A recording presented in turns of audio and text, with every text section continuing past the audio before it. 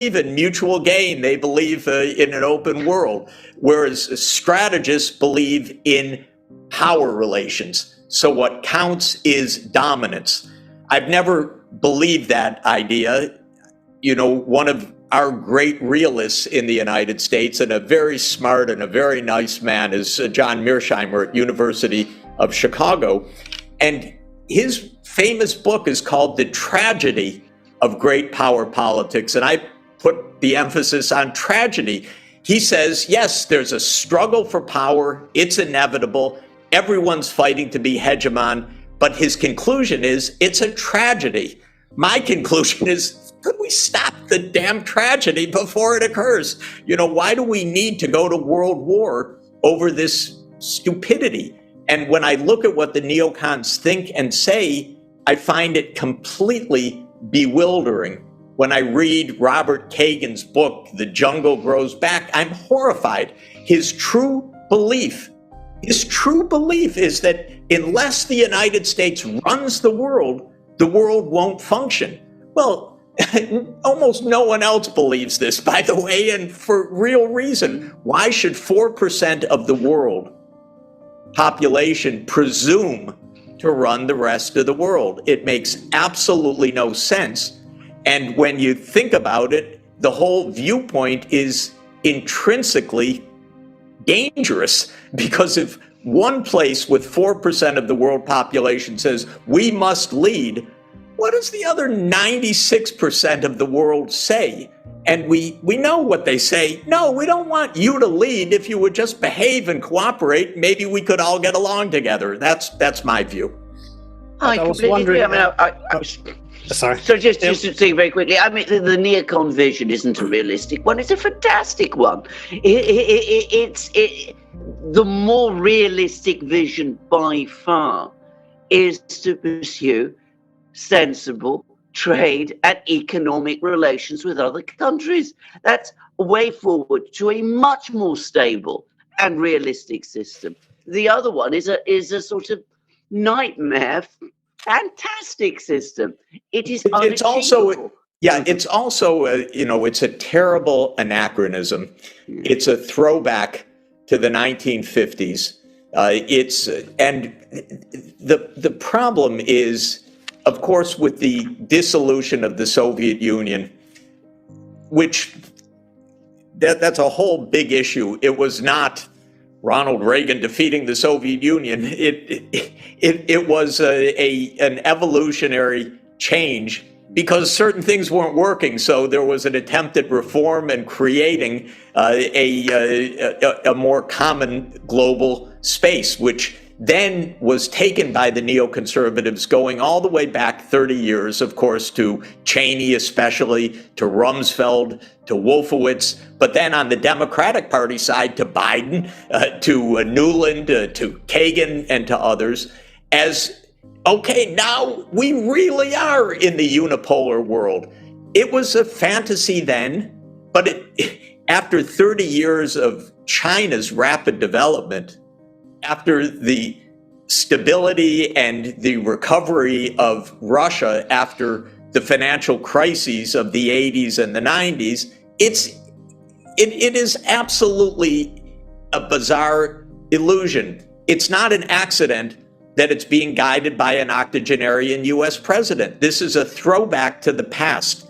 It is not a reflection of current realities. If you actually look at the world as it is, if you look at data, as I do morning till night, you find interesting factoids, like the fact that the BRICS countries now, that is Brazil, Russia, India, China, and South Africa, are larger in economic output measured at international prices than the G7 countries. So how can we have a world run by the US or even by the G7 when the BRICS are larger than the G7? It makes no sense. But you actually see, I see it in my former colleagues at the Harvard University Kennedy School, where I taught for a long time. I see it all over East Coast America, still this idea that the US is the unipolar power. We can have our way. And they're slowly facing some grim findings, which are so obvious but come as great revelations in the East Coast of the United States, that the world isn't going along with it. I mean, they're puzzling even after a year of this. Why isn't everyone on our side in this proxy war in Ukraine? Why hasn't everyone fallen into line? They don't get it because they don't get out enough, frankly. They live in a Washington-centric world, not in the world as it is today. I remember a key criticism of unipolarity in the early 90s was that it would be temporary because the US would exhaust its resources and it would incentivize adversaries to come together. And I'm thinking now that you have this financial economic crisis and you have all the key adversaries, through BRICS, Shanghai Cooperation Organization, even friends and neutral countries of the US are, diversifying a bit away from the US. As these predictions seem to all come true, isn't there? You mentioned the strategists and the neocons. Wouldn't even they start to think after a while that this is not a good proposition? We're going to lose if we pursue hegemony. Should we maybe shift to a multipolar system where we may be the first among equals, or is it because it doesn't seem sustainable continuing on this path? Do you see any movements at all because you mentioned some people are looking at the numbers now and it doesn't seem to work out? Yeah, I think it's important to say that the failure of unipolarity is intrinsic in the idea, not in exhaustion per se, but simply in the fact that the rest of the world doesn't just sit there. The rest of the world adopts new technologies, develops. China is one of the most productive, innovative, dynamic places in the world. It's got a population more than 4 times the United States. It's had the greatest economic success over the last 40 years through a massive investment in modernization and infrastructure and quality education, in very hard work, by the way. And it has built a very large, successful, and dynamic economy. And there's no way that China would remain a smaller economy than the United States, given that it has 4 times more the population, except if it somehow got stuck at less than 1/4 of the per capita income of the United States. But why should it get stuck? It's doing the right things. It's investing in its people. It's investing in education. It's investing in modern infrastructure. So it's not getting stuck. Now the US has the lame brain idea, well, we'll make it stuck. We'll dust off the playbook of 1950 and we'll, quote, contain China. That's really an amazingly bizarre idea. First of all, how is 330 million people going to contain 1.4 billion people, where the 1.4 billion population is the main trading partner for most of the rest of the world? How's that supposed to work? Well, the US says we're going to cut them off from advanced semiconductors. China's very clever. They will make these semiconductors very soon. This is the whole history of attempts to cut off the other side from one thing or another. And it's just at this stage illusion. Basically, 4% of the world population cannot be the hegemon for the world. That's the bottom line. By the way, nor can 18% of the world population. China is not going to be the new hegemon. We're not going to have a hegemon. We're going to have a multipolar world unless we blow it up. So we're moving to multipolarity because we're now in a world of independent sovereign nations with very clever people all over the world, with the flow of knowledge and technology and science, which enables all parts of the world to make progress.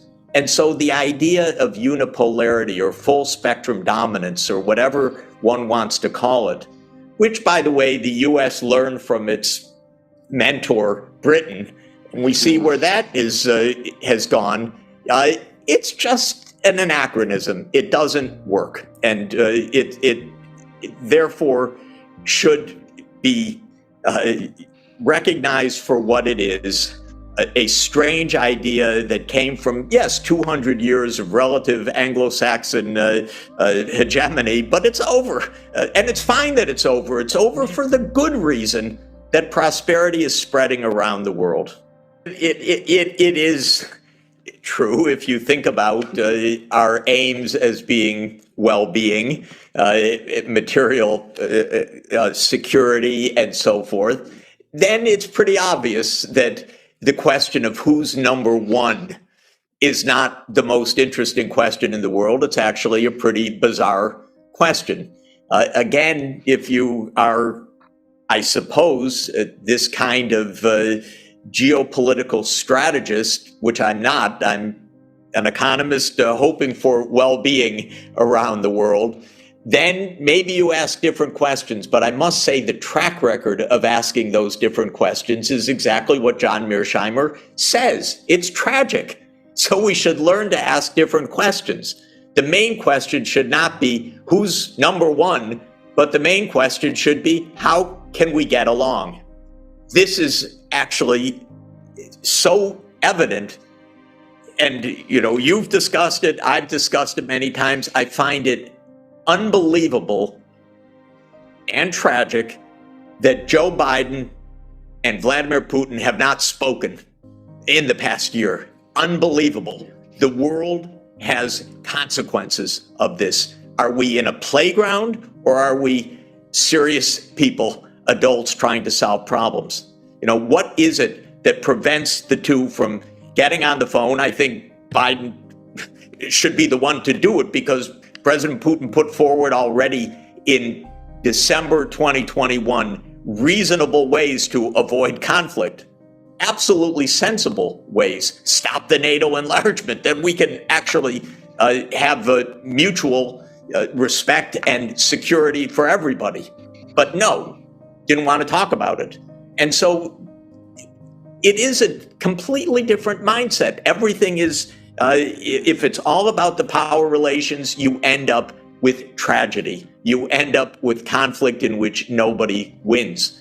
And with China, it's even more bizarre. And I've watched it as a creation of this ideology. Starting in 2015, there was a conscious change. Well, China's rise is no longer in America's interest. Even grown-ups wrote that. Are you kidding? It's not in your interest that China rise anymore. Now we're going to have a different foreign policy to stop China's rise. But they actually believe that and behave that way. And it's, to my mind, worse than a schoolyard playground, this kind of behavior, except it's in a world of nuclear weapons. So it's no joke at all. It's absolutely tragic. David Sachs, well, we run out of time, so I just want to thank you again for taking the time to come, and we hope to see you again. Absolutely, pleasure to be with both of you. Thanks so much.